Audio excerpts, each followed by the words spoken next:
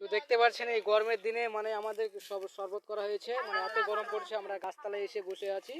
তো আমাদের বাচ্চা বাচ্চা ছেলেপিলে আছে সবাই, আর এখানে আমাদের চয়না রয়েছে, এখানে আমাদের সোহেলদা রয়েছে।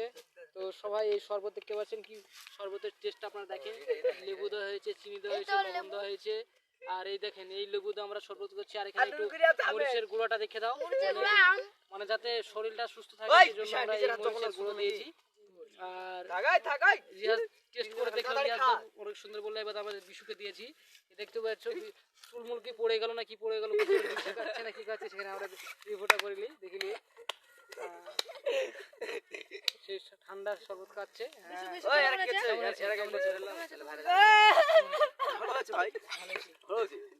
টেস্ট কেমন হয়েছে একটু বলো।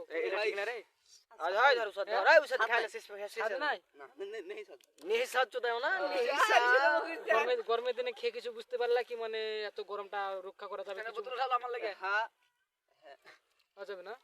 তুমি তাহলে সেই মানে সেই লেবু শরবত তো ঠিক আছে, তোমার কাছে অনেক সুন্দর। এবার সোহেলকে দিয়েছে, সোহেল কিছু বলবে আমাদের। কেমন মানে মানে তুমি কি জন্য এই শরবতটা খাচ্ছ এখন? মানে খুব রোদের জন্য না? মানে মানে খেলে নাকি শরীরটা খুব হালকা থাকবে না? তো সোহেল খাচ্ছে। ওই বাচ্চাটাকে দাও, এক ঢোক খাও, এক ঢোক খাও।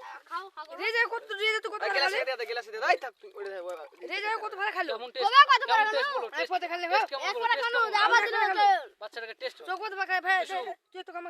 বিশুরে তোর ভাগনাটাকে তুই সাথে দেখলে দিন রে